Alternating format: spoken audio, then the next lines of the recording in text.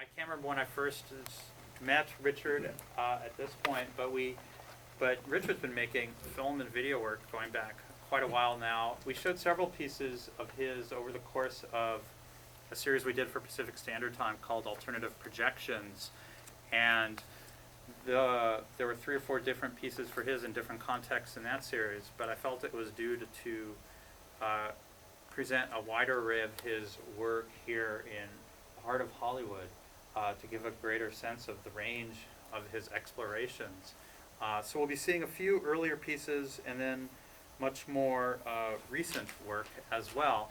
And the evening will go back and forth between first some digital, then a couple 35mm piece works, and then back to digital. So there will be a couple of changeovers as the show progresses.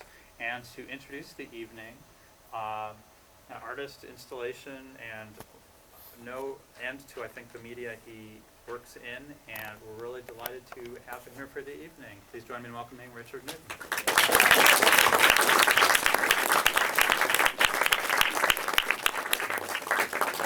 Hi, thanks for being here. And thanks to Adam, because this is only happening because of Adam. Oddly, he mentioned the long history of LA Film Forum. One of my first film shows was with the Pasadena Film Forum, which is, I believe, the precursor, right? Yeah. Of the LA Film Forum. So I feel like I have a long history here. And Adam asked me to show some films, old films and new films, so I decided I would start with the first film I made in 1969, and then just show sort of a panorama of films. I don't know if it's a description of where I've been as an artist, or if it's just where I've been in life, you know. But so there's not like, because I thought, I could have just shown a chunk, but then I thought, no, just show like a rainbow. So enjoy, and I'll be here later if you have any questions.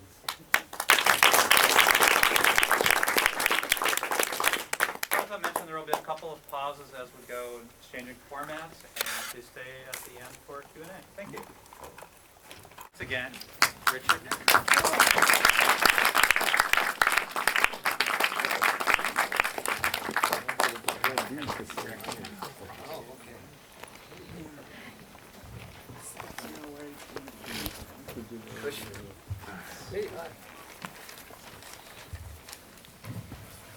So how did you end up picking to, let's start, so we start at the end, since it's such a strong and memorable observation, so to say. But how did you come to choose that, or how did you come to define that as a work for yourself, as a thing that, as a film? Well, I guess, living in California, you're used to sort of the organic lifestyle, and people who are vegetarians and vegans, and people who eat meat. But what we're not used to is slaughtering our own animals. And a couple of things have come, to attention lately. One is we ship container loads of chickens to China so that they can slaughter the chickens for us, and then they ship them back frozen. Now, these are not the chickens that you're probably buying at Whole Foods, but if you're going to a place where you can buy a chicken sandwich very cheap, you're probably eating one of these chickens that's been to China, slaughtered, and come back. The other thing is, of course, those of us who are still carnivores, in the United States, we've somewhere lost the sense of like where our meat comes from, right? It's just something we buy in a package at the grocery store.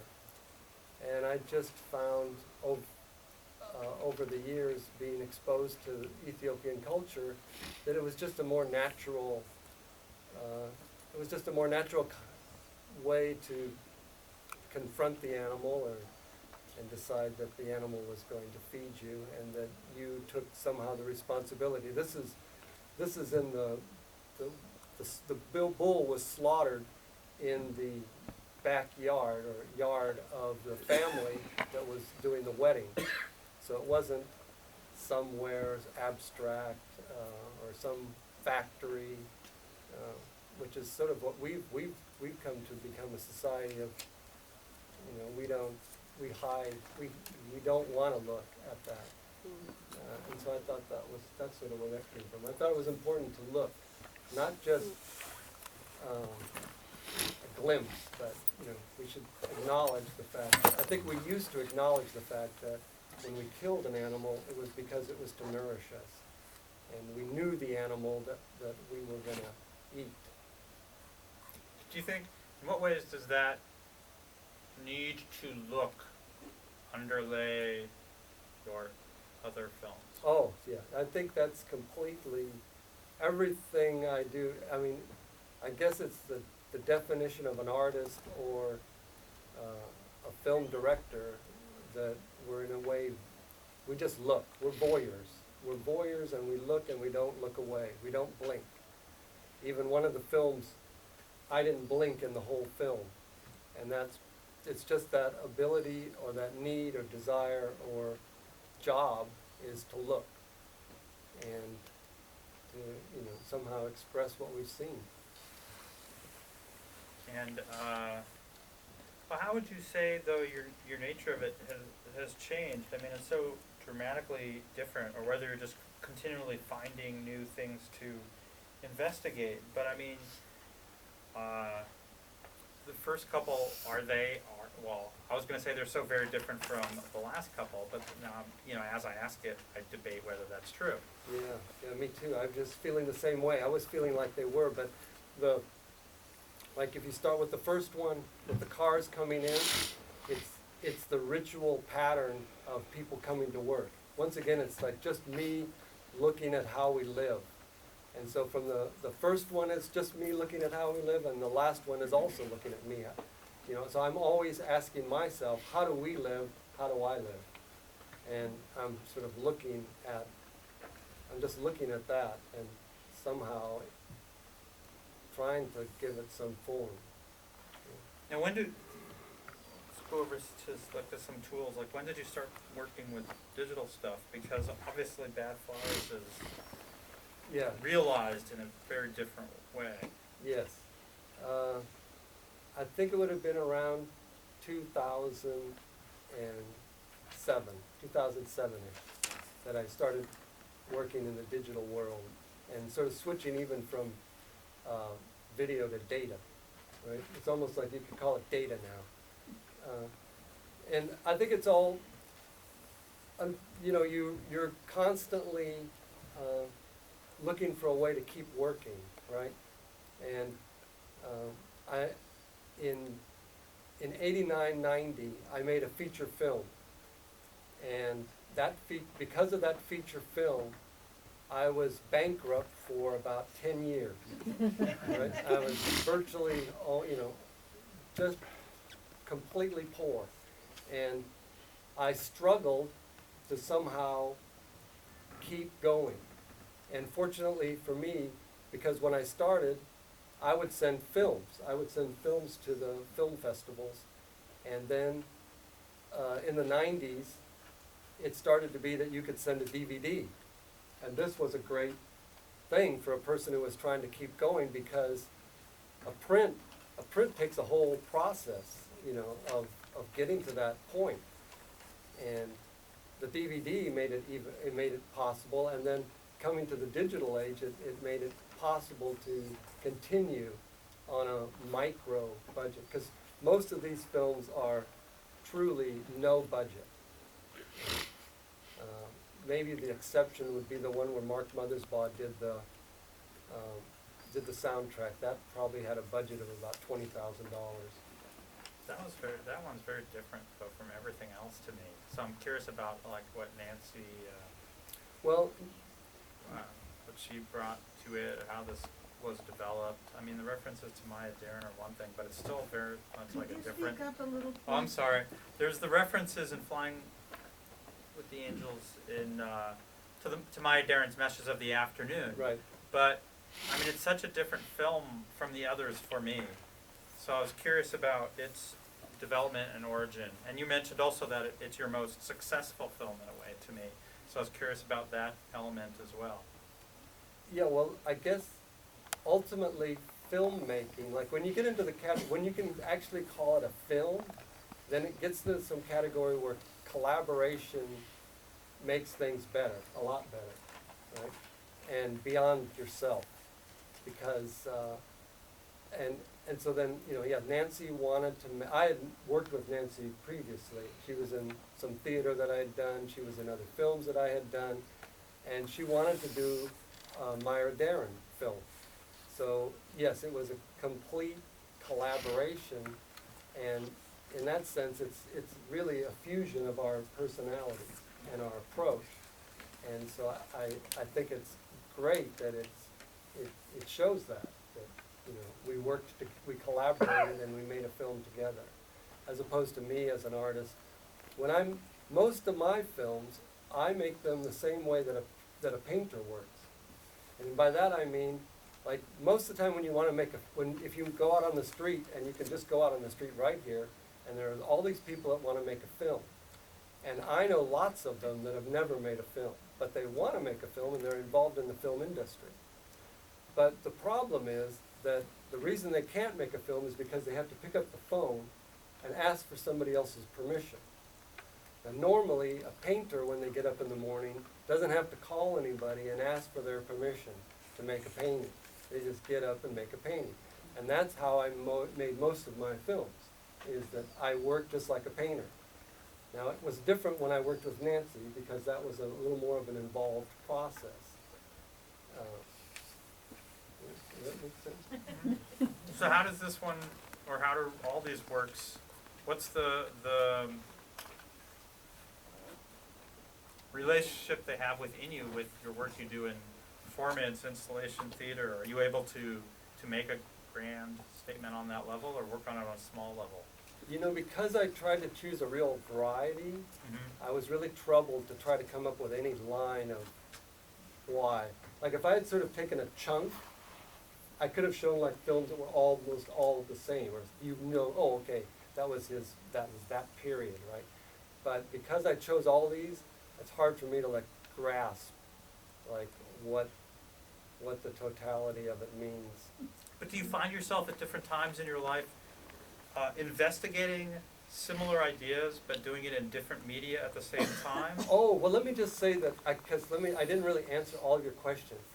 Okay, when I started doing performances, the standard issue was that somebody would show up with one of those old video cameras, right, and set it up, and it would just be there, and it would have kind of a wide shot, and they would have this thing that would be 30 minutes or an hour long, and then later they would show it, and for me, it was like unwatchable.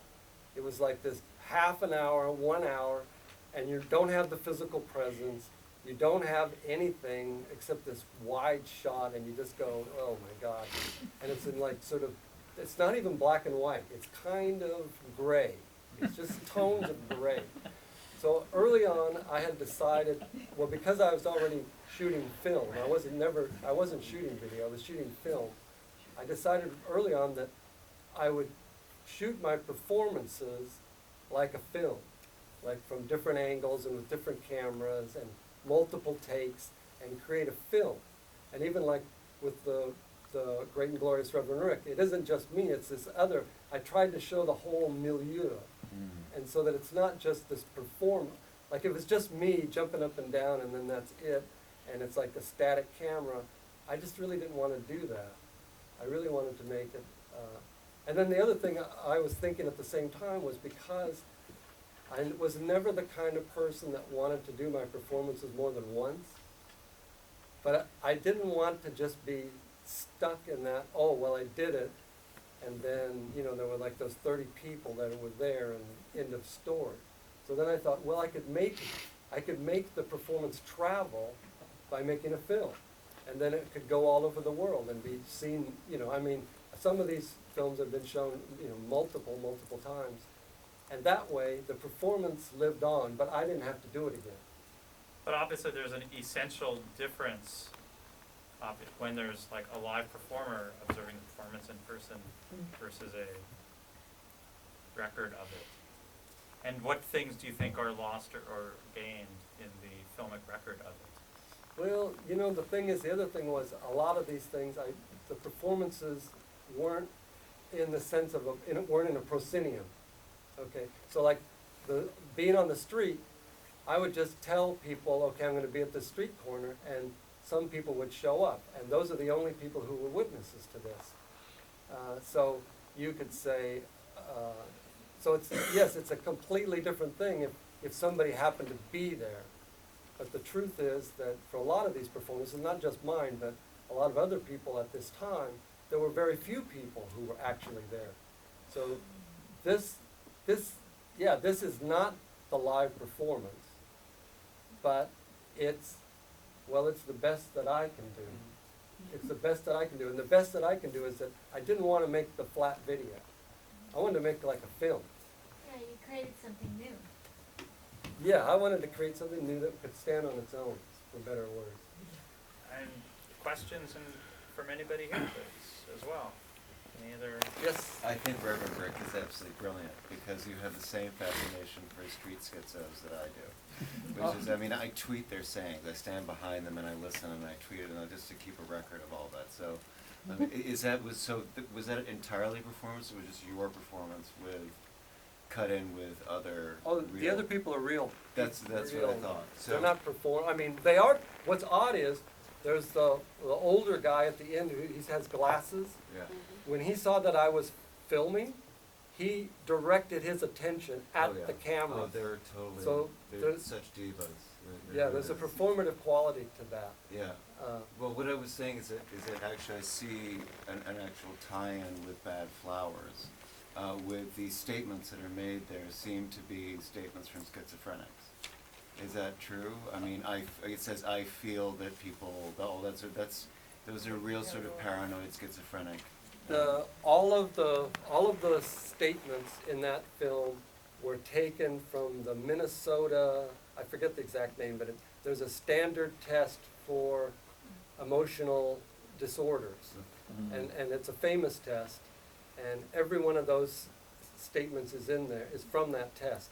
And the test has the same questions in different ways, so that as you answer yes or no, I guess at some point some psychiatrist will look at you and decide that you are or are not okay to walk the streets. Shouty crackers. Did you your hand up? Oh, sorry. Oh, No, questions? Any comments or questions on any of the films as they pop into your head? Oh, I did have a question. Sure. In the Angels one, the sex scene at the beginning, I don't know what else to call it. I loved how it was shot. I was just wondering how you got that kind of blurry still photography kind of feel. Yeah, the post-production was a lot more expensive than the shooting, because I had the film printed, every frame printed 6 times, okay? And then I cut sections out, right? So that the film would jump, right? It would skip frame. But when it skipped frame, it wouldn't just be like one frame, it would be like you'd see 6 frames, and then 24 frames later you'd see another 6 frames, right? So I just, it was a long edit, and just kept cutting stuff out, and tried, and that's kind of, that is how it occurred. Also, it was shot handheld, so that's and it was shot handheld and in low light, so that also made the blurriness where it You came can from. set the camera now to have Dr. One Car Wide. No, I mean, what's One Car Wide's effect, isn't it? I mean, he used the same thing and had a lot of this. So, but now you can set the HD camera. Yeah, now you could just set the You camera. don't have to do that anymore. Shirt key with occasional freeze frame. I think, yeah, there's a button. Yeah, although, yeah. Talk about a bit more about the genesis of Bad Flowers, because it seems sort of epic work in some ways. Yeah, another thing that, where I sort of see myself like a painter is that for me, the elements, like if you used red in a painting, and then maybe you didn't use red for a while, but then you decided you needed red again in your painting. you wouldn't say to yourself, oh, I used red last year, I can't use it again. Shit, man. No, you'd use it again. So I sort of feel like, okay, I have these filmic elements, and I use them freely when I feel like I need them. Okay, the time of Bad Flowers, there's a genesis of the film. I didn't have any money to make any art, and so I didn't know, but I wanted to do something. I didn't want to just sit there for, years wondering, when am I going to do anything again? So I just got to work. I decided I'm going to make a film that's just filmic elements that I have. Super 8, 16, 35, graphic elements, drawings, anything I can think of that I can use. And I originally made this movie, and it was called Breath. And it all started, I asked Scarlett if she would do some breathing for me. And so she gave me a lot of yogic breathing, and I started building the whole film around her breathing. That is, I was just making a visual representation of her breath. Then I decided I wanted to make it longer, and so I made Happy Flowers. And actually I made Happy Flower. And Happy Flower was even longer than Bad Flowers. So that it ended up being too long. And then I thought, well, So then I thought, oh, the famous poet, Bad Flowers. And so then I decided, okay, I'll just shorten this up and let me see if I can tighten up the whole thing, right? But really it came about because I had, maybe if I'd had lots of money, I would have made something else, but I had zero money to do anything. And but I had a computer. I had a computer, and I had some programs, and I had all this little things laying around, and I had that test that I always loved, and, and I wanted to use that test for years, and I didn't know what to do with it. And then I realized that I related to a lot of the statements made in it. Like almost everything everything I used was, the truth. Like I remember the first time Scarlett saw it, she said, "Oh yeah, that's how you are." I said, "Oh yeah, that's how you are. That's you, all right. Yeah, thanks." So that's how that came in. What are you working on now? That's a good question. I've thought about, I keep,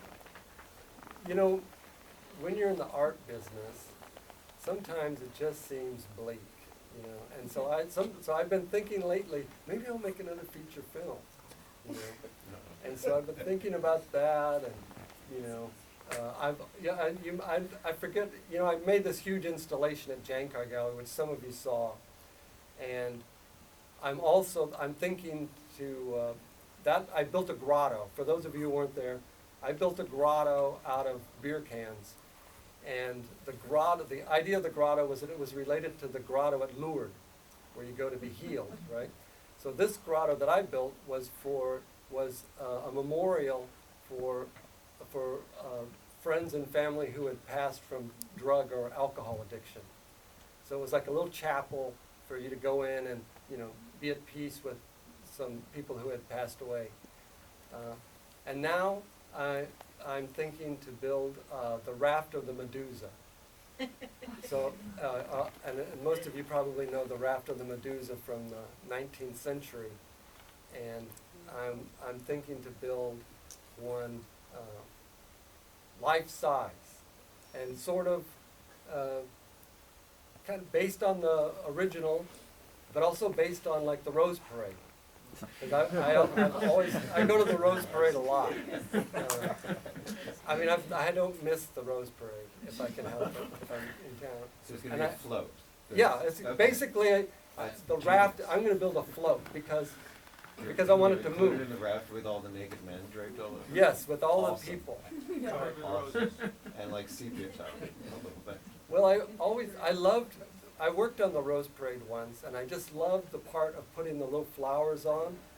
So I just imagine, I'm going to use all recycled stuff, right? And those will be my flowers. My flowers would be like little beer cans and cereal boxes and stuff like that. So I'm working on a huge installation, or I don't know, you could call it a sculpture, an installation, a performance, you know, it's not quite clear what it is. But that, or I'm gonna make another feature film. Okay. Will it not touch water? Hmm? Will you put it in water? Or Well, I was thinking that the water, would be like empty plastic water bottles. I thought that you could make Oh, the big water. waves. You could make big waves out of the water bottles, and it would be like really beautiful. Did you make a film of the grotto? I shot a lot of video of it, yes, and I did the little clip of it that I put online. Yeah. But is that, would you call that one more of a documentation than a film? Yeah, it's You- more of a documentation. Yeah, I didn't do anything that I would, there's no, yeah, I don't see anything that I did as a film in that. Over there? So you've documented all your performance pieces? That would be no, yes and no. No, some of them absolutely no, some of them just photography, still photography, and some of them with the moving camera, motion picture camera. But in fact, I even got to a point where my idea was that the camera wasn't there to document the performance. The camera was there to be the performance, right? That, and you know, like I'm Going Out in the Rain, which you showed, that I use the the use of the camera defines the performance, right? So what is the difference between those kinds of documents and your films that you show? Is there a difference in your mind between those two types of things that you're doing? You know, I try to keep my mind clear, like, you know, empty in a way. And I try not to trouble myself too much, because it's really hard, you know, like I could walk out on the street now and if somebody said, oh, what do you do? Which is a really common thing, right? Oh, what do you do? I make films. You know what they would think, right? And so then there's this real difficulty for somebody like me, you know, is it a performance? Is it an installation? Is it a sculpture? You know what, it really depends on who I'm asking for the money from. You know, if they make films, guess what? I'm making one. I'm making one too. Have you shown the feature? Have you shown your feature film? You know, when Adam asked me to do this evening, the first thing I said I wanted to do was show the feature film. Oh, yeah. But then Adam didn't have time to look at the feature film, and so that didn't happen. So I'm hoping that it'll still happen, because you know, that's really, yeah, it's a lot different too, and it's the second most successful film I made. Why do you think Flying with the Angels is the most successful? Well, I'm only defining success. I'm trying to define success in a normal way. It's successful because it was shown around the world twice. It went to every film festival, and there's this major film festival in Burkina Faso, which is known as the Festival of Festivals for Black Cinema, and Flying with the Angels played there. And I've always thought, you know what, that just is an expression of how successful that film was. You know, that everybody could relate to it. Everybody could relate to it. So that's why, and I say that because it went all over the place. People loved it. And tell me about Baked, and it's the changing it from having like 3 screens to making it in one piece as one, and how it works differently for you in those ways. Well, you got to just understand that before, if you wanted to show you had a 3 projector image, you know, you just had to put the film on each projector and start, you know, you play around with how much leader each one has, right? But it's just a question of how quickly you can turn them on.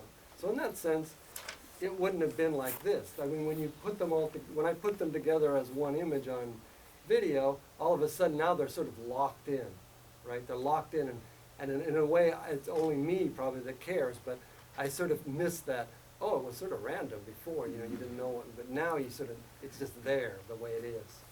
That's also an essential difference, I think, of like, I mean, what we screen here, like your standard screen cinema viewing of something versus media art that's installed in a space, but like in a gallery place, you also don't really end up with control over all the elements of it frequently. I mean, the sound changes, or if you have them on multiple projectors, they change relationships and so on. So I want to see if you might wish to speak about making media art that lives in both ways. You know, I've learned, well, you may have noticed tonight that the 35 millimeters were framed high, right? They were framed high. And I learned over a period of years of showing my films in all kind of different countries and cities and little villages that you just give yourself over to whatever they may or may not have. Like they might burn your film and you might get stuck in the projector, the bulbs go out, just anything can happen. And that's but coming from the do-it-yourself world where, you know, my first screening was for a birthday party, and we brought in our own sound system, hooked it up to the projector, and showed the movies, and I'm used to the fact that it doesn't matter where you're showing your films. You have to deal with the venue. And in turn, the venue will ultimately rule. Because just even tonight, I did not suspect that the 35s were going to be framed high, right? But hey, that's the way it was, so.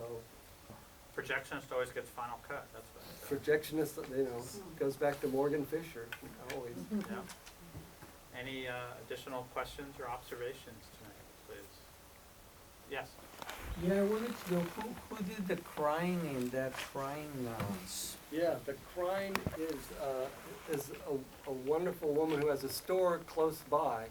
She's a crocheter, and she's a friend of Scarlett's. So Scarlett did all the breathing in the film. You should define who Scarlett is. Oh yeah, Scarlett is right here. She's my daughter.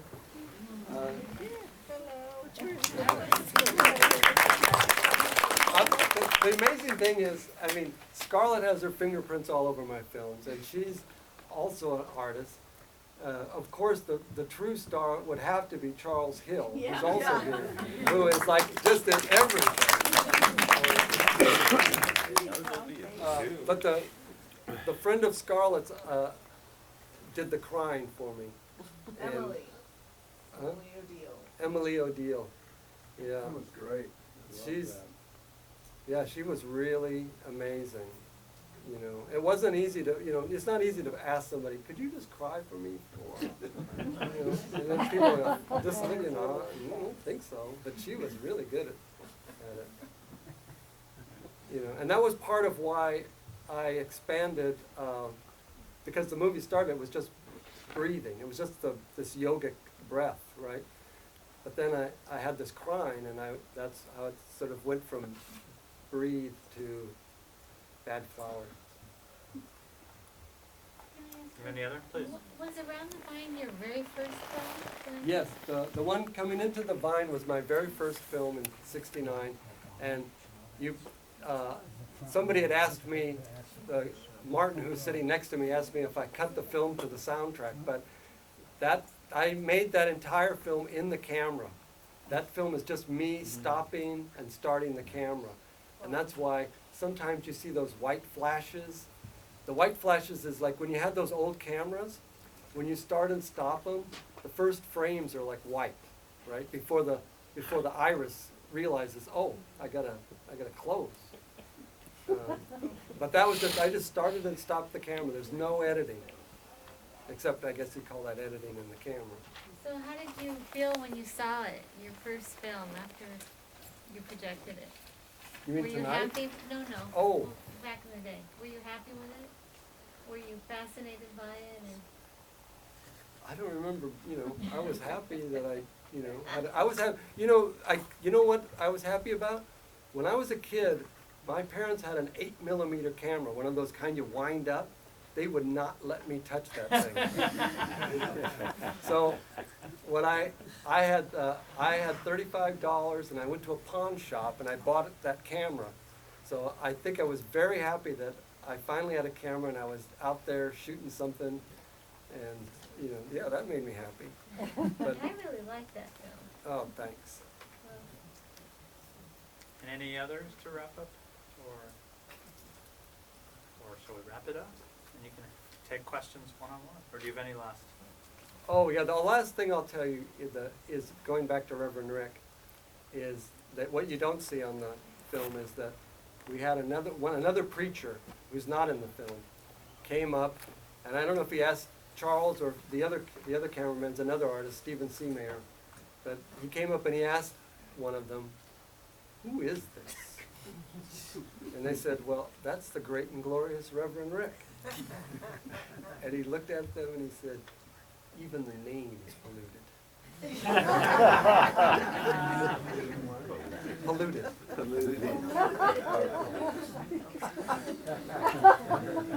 Anyway, Thank you for joining us. thank you.